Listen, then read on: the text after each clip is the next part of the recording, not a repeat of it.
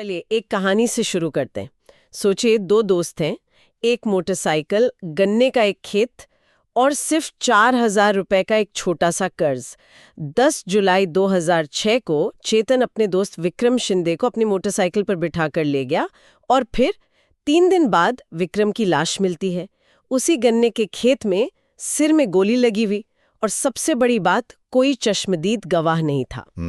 तो सवाल ये उठता है कि जब कोई देखने वाला ही ना हो तो हमारा न्याय सिस्टम सच्चाई का पता कैसे लगाता है?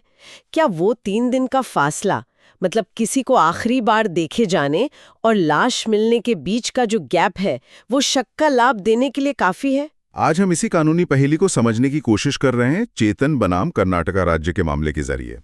ये केस, जैसा आपने कहा, पूरी तरह से परिस्थितिजन्य साक्ष्य पर आधारित है। मतलब कोई सीधा सबूत नहीं? बिल्कुल, कोई सीधा सबूत नहीं। पुलिस और अदालत को टुकड़ों को जोड़कर एक पूरी तस्वीर बनानी पड़ती है।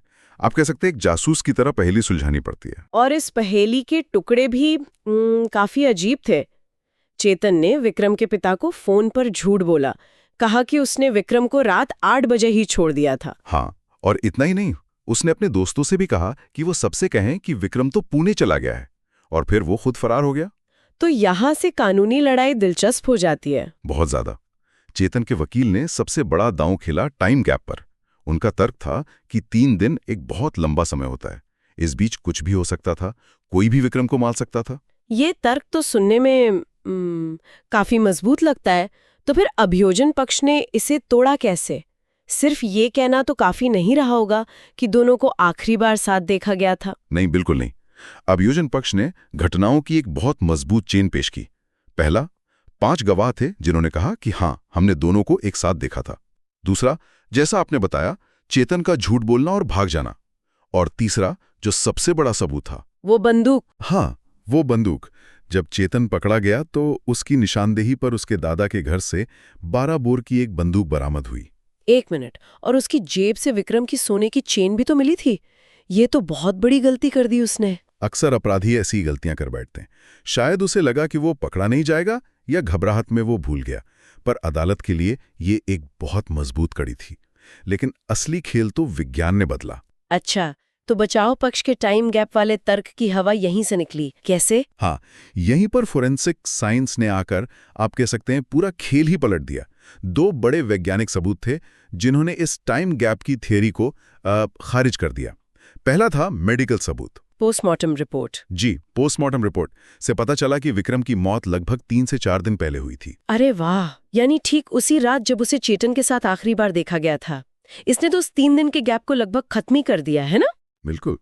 और दूसरा, और शायद सबसे निर्णायक सबूत था फोरेंसिक बैलिस्टिक्स। विक्रम की खोपड़ी में जो छर्रे मिले थे, वो उसी बंदूक से चले थे। एकदम सही। वो उसी बंदूक से दागे गए थे जो चेतन के बताने पर बरामद हुई थी। सुप्रीम कोर्ट ने अपने फैसले में साफ साफ कहा, वैज्ञानिक सबूत समय के अंतर से पैदा हुए हर संदेह को पूरी तरह से मिटा देते हैं। विज्ञान के अलावा एक और कानूनी पहलू था, साक्ष्य अधिनियम की धारा 106। ये सुनने में तो बहुत तकनीकी लगता है। इसका मतलब क्या है सरल भाषा में? आप इसे सबूत का बोझ का नियम कह सकते हैं। आमतौर पर केस साबित करने की सारी जिम्मेदारी अभियोजन पक्ष की होती है, लेकिन धारा 106 ये कहती है कि अगर कोई बात खास तौर पर सिर्फ आपकी जानकारी में है, तो ये बताने की जिम्मेदारी भी आपकी ही है कि सच क्या है। अच्छा, तो क्योंकि चेतन ही विक्रम के साथ आखिरी बार था, तो कानून कहता है, भाई अब तुम ही बताओ कि तुम्हारा दोस्त कहाँ गया। हाँ। और उसकी चुप्पी या उसके झूठे बहाने वो ही उसके खिलाफ चले गए। बिल्कुल सही। उसकी चुप्पी अपराध की उस चेन में एक और कड़ी बन गई। वो ये बताने में नाकाम रहा कि विक्रम के साथ क्या हुआ, और इसी ने उसका केस एकदम कमजोर कर दिया। तो अंत में सुप्रीम कोर्ट ने सभी कड़ियों को जोड़ा।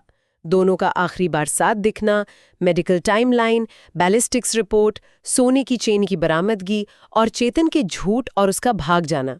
अदालत ने उसकी अपील खारिज कर दी और हत्या की सजा को बरकरार रखा। इस पूरे मामले से 2 बड़ी बातें सीखने को मिलती हैं।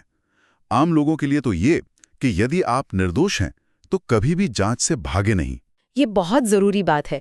अक्सर लोग डर के मारे भाग जाते हैं, पर कानून इसे सीधे सीधे अपराध बोध की निशानी मानता है। और कानूनी पेशेवरों के लिए सबक ये है कि लास्ट सीन थियरी तब बहुत मजबूत हो जाती है जब मेडिकल और फोरेंसिक सबूत उस टाइम गैप को भर देते हैं, जैसा इस मामले में हुआ। ये मामला एक पुरानी कहावत की पुष्टि करता है ना, इंसान झूठ बोल सकते हैं पर परिस्थितियां नहीं। लेकिन ये एक सवाल भी छोड़ जाता है, क्या ये लास्ट सीन थ्योरी न्याय के लिए एक जरूरी औजार है, या ये कभी-कभी आरोपी पर एक अनुचित बोझ डाल देती है?